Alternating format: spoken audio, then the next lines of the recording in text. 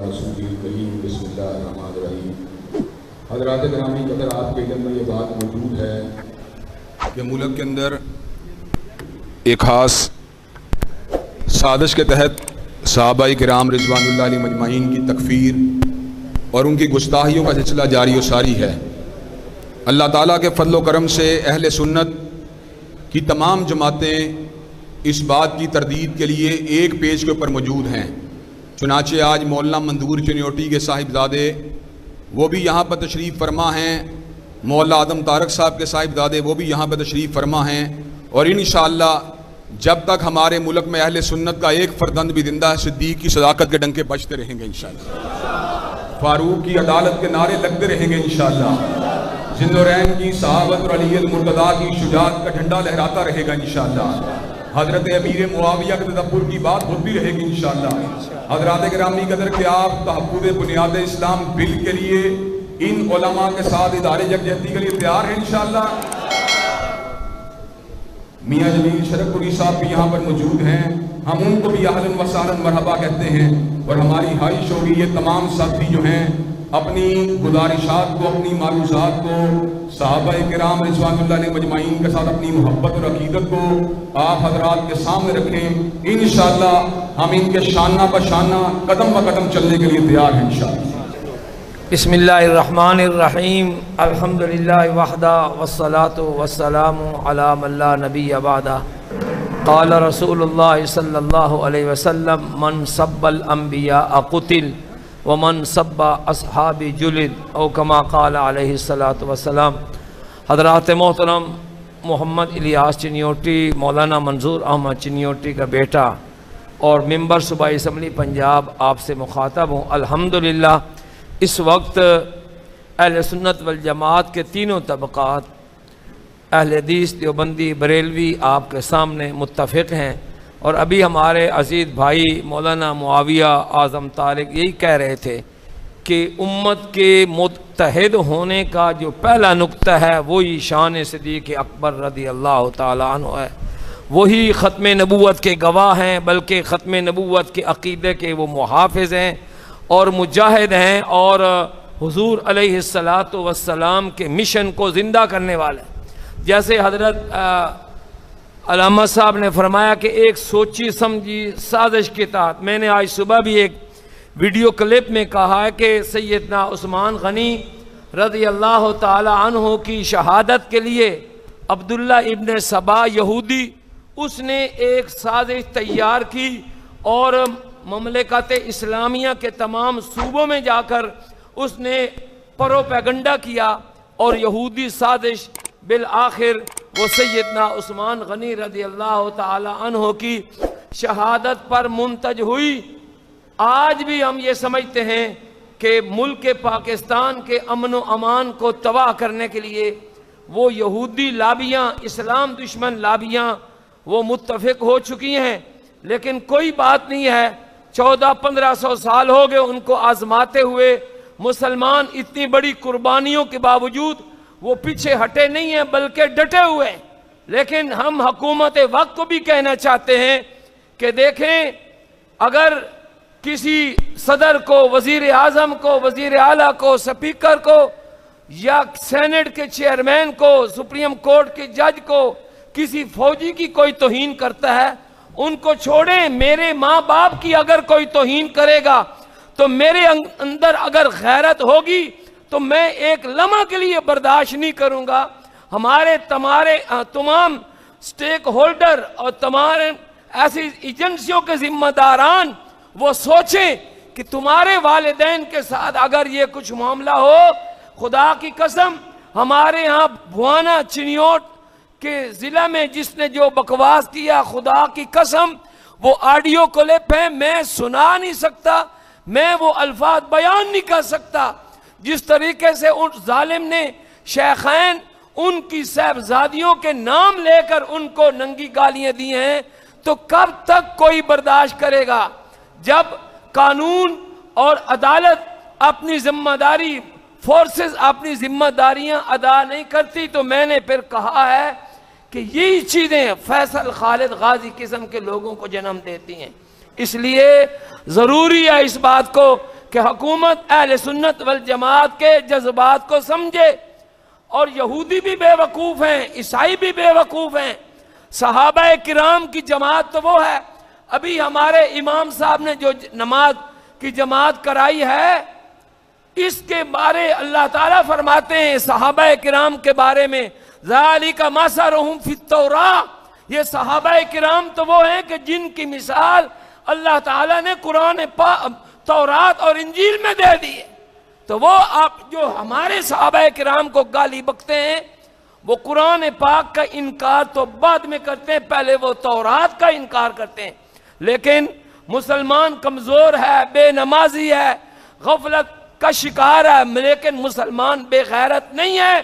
اور وہ اس قسم کی بے غیرتی چاہے پاکستان میں ہو، فرانس میں ہو، ڈنمارک میں ہو، کسی صورت میں اس کو برداشت نہیں کرے گا۔ ابھی جو پاکستان کے حالیہ واقعات ہیں، اس میں بھی ہمارا حکومت سے مطالبہ ہے کہ دیکھو